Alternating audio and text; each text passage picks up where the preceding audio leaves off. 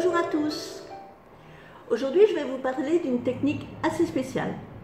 Il s'agit de la régression. Régression, c'est-à-dire retourner en arrière.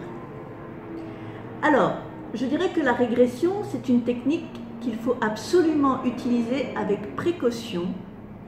Et quoi qu'il en soit, c'est un travail thérapeutique qui doit absolument être fait par un professionnel reconnu et formé. À ma connaissance, peu de thérapeutes, à part les hypnothérapeutes, utilisent ces techniques. Pour être plus précise, je dirais qu'il existe 3 techniques de régression. La RVA, la REV et la REA. Alors, je vais vous expliquer tout de suite ce que signifient ces abréviations un peu barbares. Donc, la RVA, qui est l'abréviation de régression aux vies antérieures, implique évidemment d'adhérer à la théorie de la réincarnation. Selon les thérapeutes qui la pratiquent, la régression aux vies antérieures sert, entre autres, à retracer ces vies antérieures afin de comprendre certaines de nos blessures, dans le but de les guérir évidemment. Alors, sans dénigrer d'aucune manière mes confrères thérapeutes qui pratiquent cette technique, et avec tout le respect que je leur dois, c'est une technique à laquelle personnellement je n'adhère pas du tout. Et évidemment, je ne la pratique en aucun cas. Outre la croyance ou non en la réincarnation, à titre personnel, j'estime que le risque d'induire de faux souvenirs, qui sont de toute façon invérifiables, est trop importante. Alors maintenant la REV, c'est l'abréviation de régression entre vies. La régression entre vies, pour les thérapeutes, là encore qui la pratiquent, enfin en tout cas ceux qui pratiquent la RAV, donc régression aux vies antérieures, constitue une suite logique de la vie antérieure, en ce sens que l'on poursuit l'exploration après la mort de l'individu dans une incarnation passée. L'entrevie serait donc l'espace où notre âme se situe entre 2 incarnations. Évidemment, puisque je n'adhère pas à la régression aux vies antérieures, je n'adhère pas non plus à la régression entre vies. Et maintenant, je vais vous parler de la REA. La REA, c'est l'abréviation de régression en âge. Et là, on parle de vie actuelle.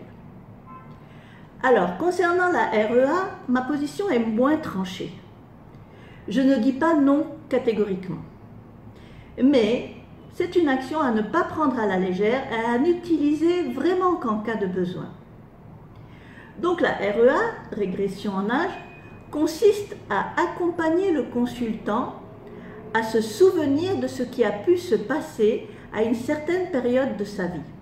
On parle ici bien entendu de la vie actuelle. Le plus souvent à l'enfance ou même à la très petite enfance dans certains cas. Mais ça peut être aussi à une autre période de la vie, adolescence ou préadolescence ou autre.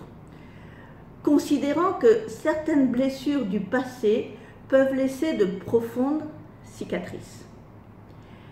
Dans certains cas, on peut carrément parler de traumatisme. Et c'est le cas notamment des accidents, c'est le cas notamment des attentats, de la guerre, des abus, qu'ils soient sexuels ou autres.